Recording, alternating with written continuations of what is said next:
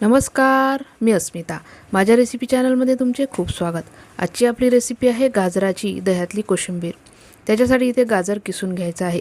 सध्या बाजारात ऑरेंज कलरची गाजरं उपलब्ध आहेत. तीसुद्धा तुम्ही किसून अशा पद्धतीने घेऊ शकता. ज्या प्रमाणात कोशिंबीर बनवायची आहे त्या प्रमाणात गाजराचा किस घ्यायचा आहे. इथे फ्रोझन मटार मी स्वच्छ धुवून वापरले आहे. त्याच्यानंतर 2 कट केलेल्या हिरव्या मिरच्या बिया काढून वापरल्या आहेत.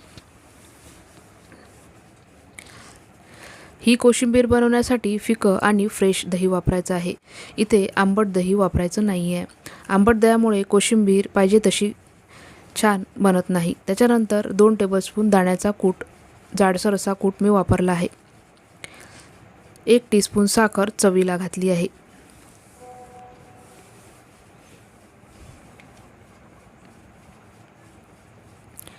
चवीप्रमाणे मीठ घालायचं आहे.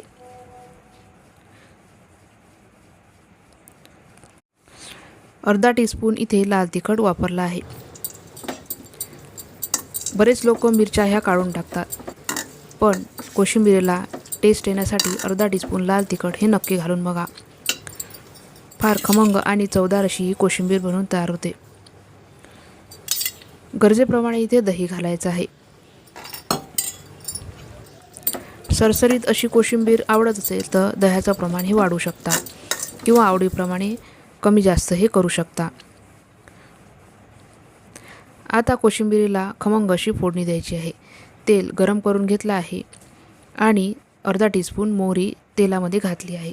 मोहरी चांगली फुटली पाहिजे, म्हणजे खमंग अशी फोडणी तयार होते. त्याच्यानंतर अर्धा टीस्पून जिरं घालायचं आहे. पाव टीस्पून हिंग घालायचं आहे.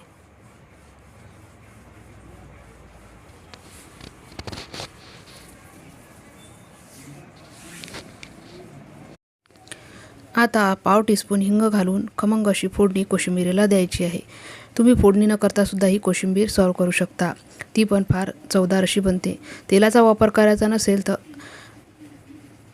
फोडणी न घालता कोशिंबीर तुम्ही सर्व करू शकता. कोशिंबीर ही खाण्यासाठी तयार आहे. जेवणामध्ये अप्रतिम स्वाद येण्यासाठी ही कोशिंबीर नक्की बनवून बघा. तोपर्यंत चॅनलला लाईक, शेअर, सबस्क्राईब नक्की करा. परत भेटू